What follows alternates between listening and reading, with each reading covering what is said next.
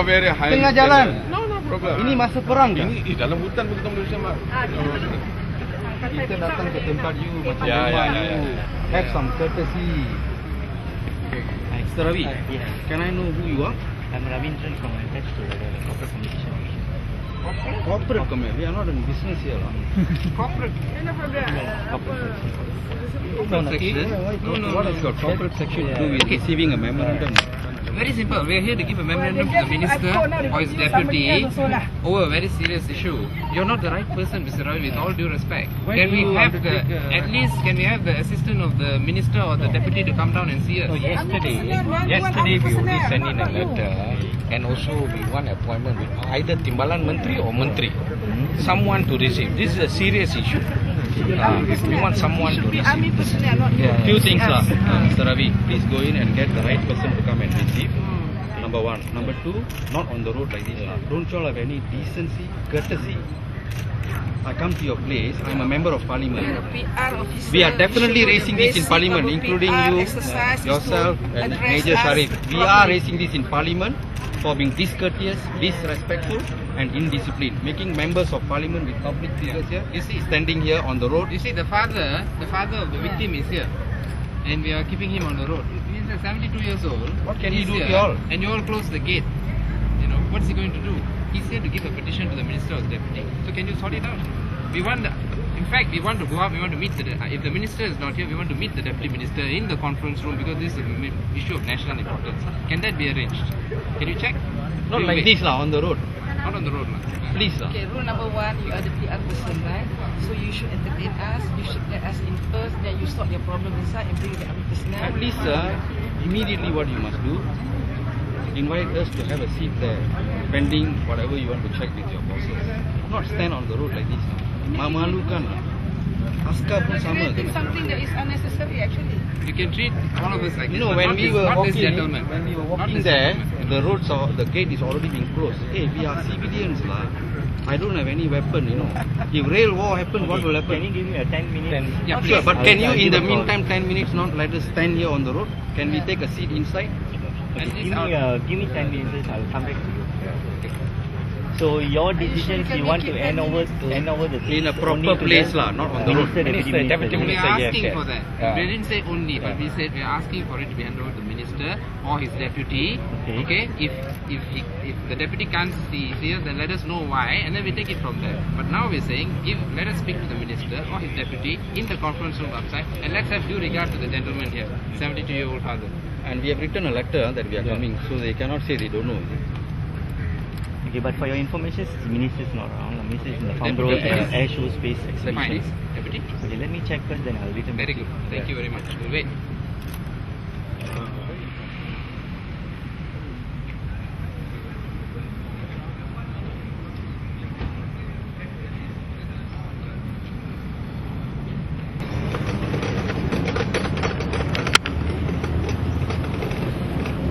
The officer from the minister office will accept it, but we want only two.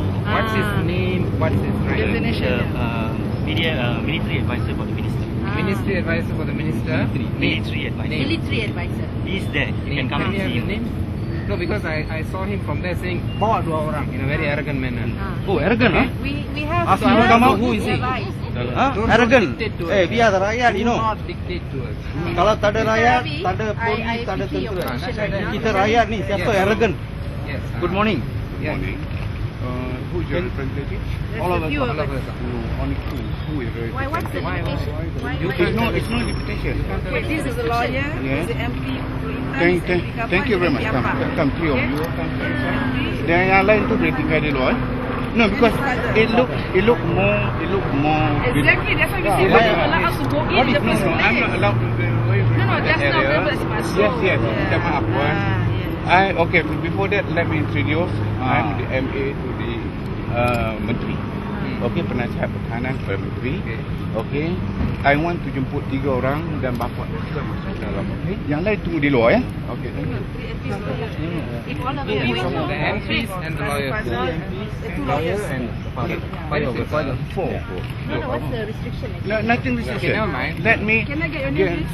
I'm Brigadier General Mat Zahir bin Abdul Rashid. Okay, General, Yes. can we have the MPs, the lawyers and the father? Okay. Very fair. Very fair. How many Reasonable. people? There are 3 MPs here, Now 2 5, lawyers, 4, 3 lawyers and the father. And the father come. I think it's very fair. Thank you very much. Yang lain jangan masuk Okay, come. Mana duduk kamu?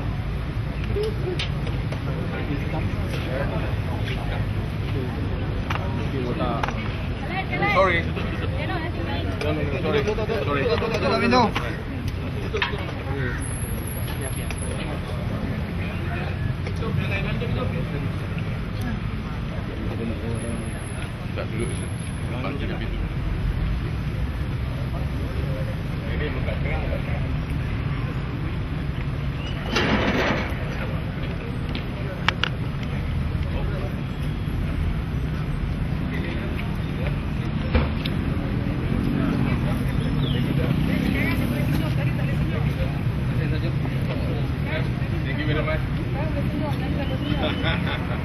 Barulah bagus ah. Ya, Bagi sekarang layanan orang yang senyum, dia punya bos macam ini lah. Okay, come. Let me just apa? That's right. Very briefly, the reason that we came to hand over this note of demand to the minister is because ex-Air Force Sergeant Tharmendran, who was one of the accused persons in the so-called jet engine theft, was forced to return to custody in Sungai Buloh prison because the Air Force was trying to take him into their custody or arrest him. We have maintained that this is an illegal act because his service with the Air Force ended on the 28th of May 2010. He is now a civilian and the armed forces have got no jurisdiction. Now the matter is made more disturbing by the fact that Tharmendran has also stated that he was severely tortured by Air Force personnel in an attempt to force him to confess to the theft of the 2 jet engines. Now you can understand the anxiety and fear that was in Tharmendran, that he chose, even though he could have walked out of the court, he chose to surrender himself to prison custody, and that was the fear in his mind. This also gives great deal of weight to his earlier allegation that he was tortured by the Air Force personnel. We are here today because every day Tharmendran is in jail. He's a man deprived of his liberty simply because the armed forces cannot give a guarantee that they will not pick him up if he is released from jail. So we came here to ask for that demand, to demand that the minister give that assurance that he will not be picked up. Now, I'll just finish up by showing to you some proof of our allegation that Tharmendran's service with the Air Force has ended. If you can see, this is his salary slip, a printout, yeah, by the ministry itself. Look here, TTP 25 May 2010. TTP is Tarikh Tamat Perkhidmatan. This is the salary slip for December 2009. This is the ministry's own document, the Air Force own document. It proves what we've been saying all this while.